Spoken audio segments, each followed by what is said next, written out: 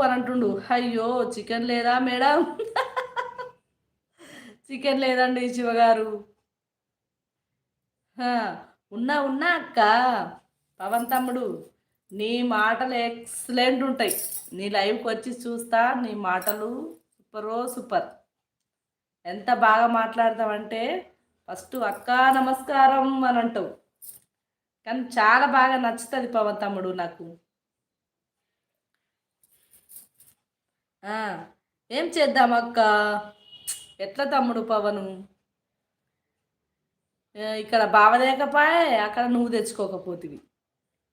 Chicken లేదు, mutton లేదు. ఏమైనా ఓ టమాటా చారు చేసిన. థ్యాంక్ యూ అక్క. నిజం తమ్ముడు.